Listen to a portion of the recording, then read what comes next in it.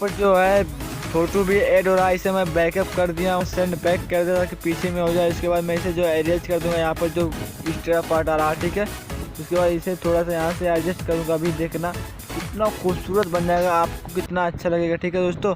तो कमेंट में आप बताना आप लोग कि हमारा ट्यूटोरियल जो है आप लोगों को अच्छा लग रहा है या नहीं, आप लोग सही से सीख पा रहे हो कि नहीं।